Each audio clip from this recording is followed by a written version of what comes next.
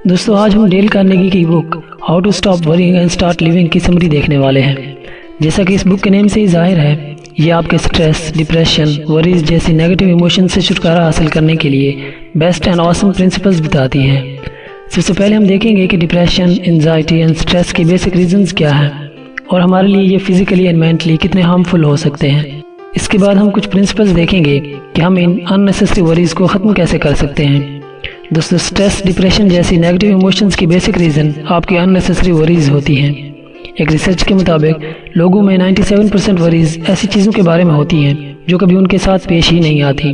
Doctor O.F. गॉबरॉन, जो कि एक चीफ फिजिशियन हैं, उन्होंने कहा कि 75% पेशेंट्स जो फिजिशियन के पास आते हैं वो अपने आप को खुद ही ठीक कर सकते हैं अगर वो बस अपने फेयर एंड वरीज को ख़त्म कर दें। तो बहुत सारे फेमस फिजिशियंस के मुताबिक बहुत सारी डिजीज़, मसलन heart disease, headache, paralysis, even के स्टमक अल्सर जैसी बीमारियों की आमतौर पर कोई फिजिकल रीज़न नहीं होती।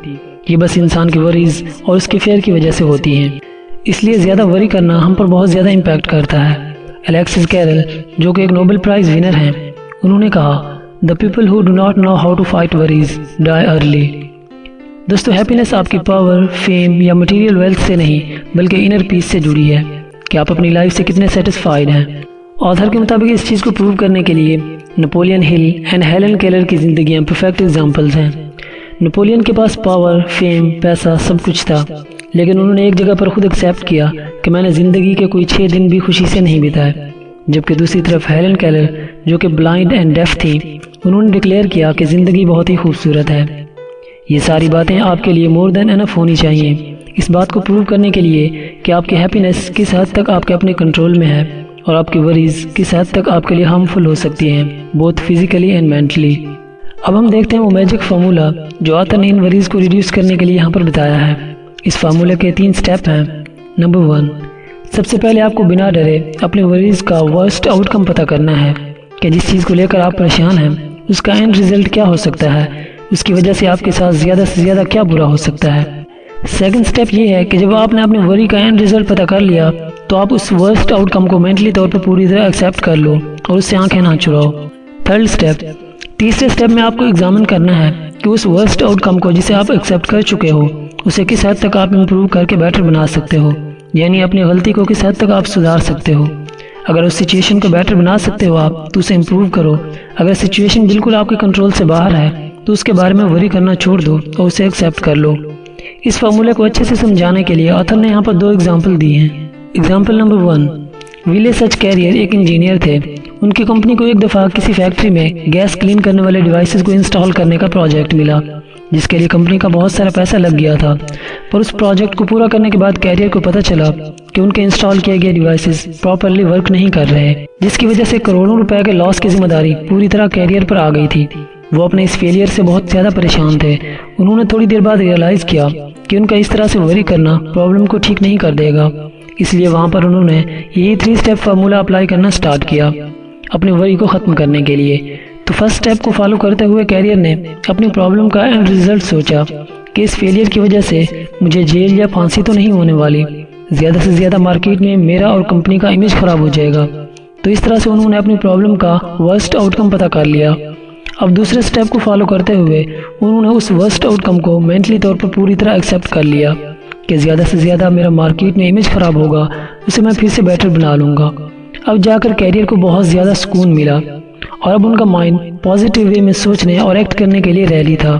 अब वो तीसरे स्टेप की तरफ है कि मैं अपने इस फेलियर को इम्प्रूव कर सकता हूँ या नहीं, यानी अपनी गलती को किस हद तक सुधार सकता हूँ। तब उन्हें पता चला कि उनके इंस्टॉल की हुई डिवाइसेस पर थोड़ा सा और खर्चा करके उन्हें वर्किंग बनाया जा सकता है। तो उन्होंने वही किया और सारी की सारी डिवाइसेस प्रॉपरली वर्क करने लग गई और इस तरह से उन्होंने जहां पर उनकी कंपनी के डूबने का खतरा था वहीं से मिलियंस ऑफ डॉलर्स का प्रॉफिट कमा लिया इस सिंपल से फार्मूले को यूज़ करके। अगर वो इस टेक्निक को यूज़ ना करते और बस अपनी प्रॉब्लम के बारे में सिर्फ सोचते ही रहते तो वो डिप्रेस्ड होते जाते और कभी भी इस रिजल्ट तक ना पहुंच पाते।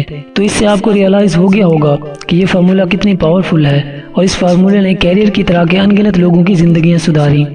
ऑथर ने जो दूसरी एग्जाम्पल दी है वो उस सिचुएशन के बारे में है जब एंड रिजल्ट पता चलने के बाद आपको ये लगे कि उसे बेटर बनाना या उस प्रॉब्लम से छुटकारा पाना आपके बस में नहीं है। वहाँ पर आपको कैसे रिएक्ट करना है। हैनी नाम के एक आदमी को ड्यूडिनल अल्सर था। स्पेशलिस्ट डॉक्टर्स ने भी हैनी को जवाब दे दिया था कि उनकी ये बीमारी अब बहुत बढ़ चुकी है, इसलिए उनका ट्रीटमेंट नहीं हो सकता और उनका बचना भी इम्पॉसिबल है। आप अच्छी तरह इमेजिन कर सकते हैं कि उस वक्त हैनी पर क्या बीत रही होगी। वो बहुत परेशान रहने लगे, लेकिन फिर उन्होंने सोचा जबकि मेरे पास टाइम बहुत कम है तो क्यों ना मैं ये टाइम खुशी से बेफिक्र होकर बिताऊं और खुल के जीऊं। हैनी ने सोचा कि मेरी इस प्रॉब्लम का एंड रिजल्ट मेरी डेथ है। इसके बाद उन्होंने इस एंड रिजल्ट को बिना डरे एक्सेप्ट कर लिया कि मेरी मौत इस बीमारी या डॉक्टर्स के कहने से नहीं होगी, वो तकदीर के फैसले से होगी। अगर इस बीमारी से मेरा मरना तय है तो कोई भी ट्रीटमेंट मुझे नहीं बचा सकता, और अगर मेरा बच जाना तय है तो मौत मुझे छू तक नहीं सकती। क्योंकि तीसरे स्टेप को फॉलो करते हुए उन्होंने जान लिया कि इस प्रॉब्लम से छुटकारा हासिल करना मेरे बस में नहीं है, इसलिए उन्होंने इसे बिना डरे एक्सेप्ट कर लिया और इसके बारे में वरी करना छोड़ दिया। देन उन्होंने सोचा कि मुझे अपनी ज़िंदगी की सबसे बड़ी ख्वाहिश पूरी करनी चाहिए। उनका सपना था कि वो मरने से पहले वर्ल्ड टूर पे जाना चाहते थे, सो अब उन्होंने वही किया। उन्होंने शिप की टिकट बुक की और शिप वालों से एग्रीमेंट किया कि अगर इस टूर में मेरी डेथ हो गई तो मेरी डेड बॉडी को मेरे शहर निब्रास्का में वापस लाया जाएगा, और उन्होंने शिप के अंदर अपनी कॉफिन भी रखवा दी। इसके बाद वो बिल्कुल बेफिक्र हो गए और टूर स्टार्ट होने पर हर दिन उन्होंने खुलकर जिया, खूब हंसे खेले, नए फ्रेंड बनाए और हर वो काम किया जिससे उन्हें खुशी मिल सकती थी। जो मन में आया खाया पिया, और वो सच में भूल ही गए कि उन्हें स्टमक अल्सर है। ट्रिप से वापस आकर जब वो अपने डॉक्टर से मिले तो डॉक्टर ये देखकर हैरान रह गए कि उनका वेट 90 पाउंड तक बढ़ चुका था और वो सरप्राइजिंगली अपने डिजीज़ के हार्मफुल लेवल से बाहर आ चुके थे।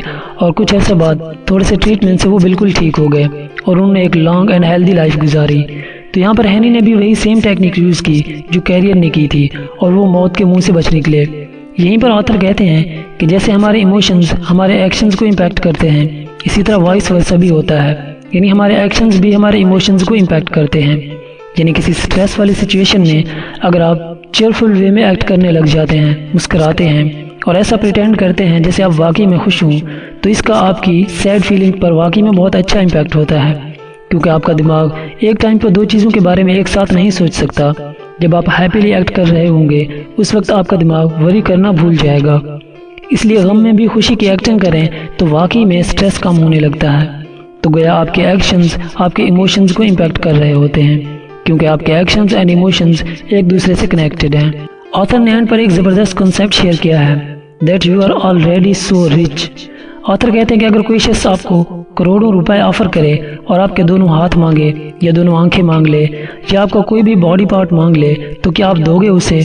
ऑब्वियसली बिल्कुल नहीं। इसका मतलब आपकी नज़र में आपकी हेल्थ एंड परफेक्ट बॉडी की वैल्यू करोड़ों से भी ज़्यादा ऊपर है। इसलिए चंद मटेरियल चीज़ों को ओन करने के लिए अपनी सबसे कीमती चीज़ यानी आपकी हेल्थ को सेक्रीफाइस ना कर दें, क्योंकि आप जितना भी सक्सेसफुल हो जाएं, आपकी हेल्थ के बिना हर चीज़ बेकार होगी आपके लिए।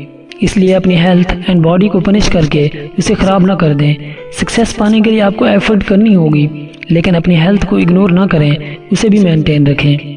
तो दोस्तों, जब भी आप छोटी छोटी बातों पर ज़्यादा वरी करने लगे, मसलन घर में छोटी छोटी प्रॉब्लम्स पर, किसी छोटे से नुकसान पर, फ्रेंड के नाराज़ हो जाने पर, मोबाइल या पैसे खो जाने पर, या मोबाइल का डाटा डिलीट होने पर, एक्सेट्रा एक्सेट्रा, तो आपको एक बार सोचना है कि दुनिया में कितने लोग ऐसे होंगे जो बेसहारा होंगे, जिन्हें दो वक्त की रोटी भी नसीब नहीं होती, और कितने लोग ऐसे हैं जो किसी बीमारी का शिकार होकर एक जिंदा लाश की तरह बेड पर पड़े हुए हैं, और कितने यतीम और बेसहारा बच्चे दर दर की ठोकरें खाने पर मजबूर होते हैं। असल प्रॉब्लम्स तो उनकी हैं, और मैं यहाँ पर सेल्फिश बनकर अपनी छोटी छोटी बातों को लेकर परेशान बैठा हूँ।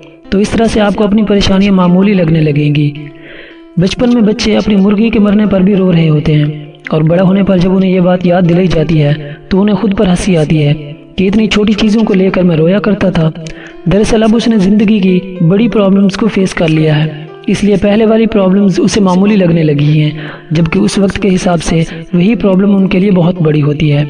अक्सर औकात हमारे साथ यही होता है कि हम एक वक्त पे जिस चीज़ को लेकर परेशान होते हैं, कुछ अरसे बाद खुद पे हैरत होती है कि मैं इतनी छोटी बात के लिए इतना परेशान हुआ था। तो आप जब भी किसी चीज़ को लेकर वरी करने लगे तो एक बार ज़रूर सोच लें कि क्या कुछ महीने बाद या कुछ साल बाद भी इस चीज़ को लेकर मैं इतना परेशान हूँगा। अगर नहीं तो फिर अभी इसे वरी करना छोड़ दें। तो दोस्तों, ये थी हमारी आज की वीडियो। उम्मीद करता हूँ हेल्पफुल रही होगी। अगर अच्छी लगी तो अपने दोस्तों से भी ज़रूर शेयर करें, और कमेंट सेक्शन में अपनी खूबसूरत राय का इजहार करना मत भूलें। अगर आप न्यू विजिटर हैं तो चैनल को सब्सक्राइब ज़रूर कर दें। God bless you all.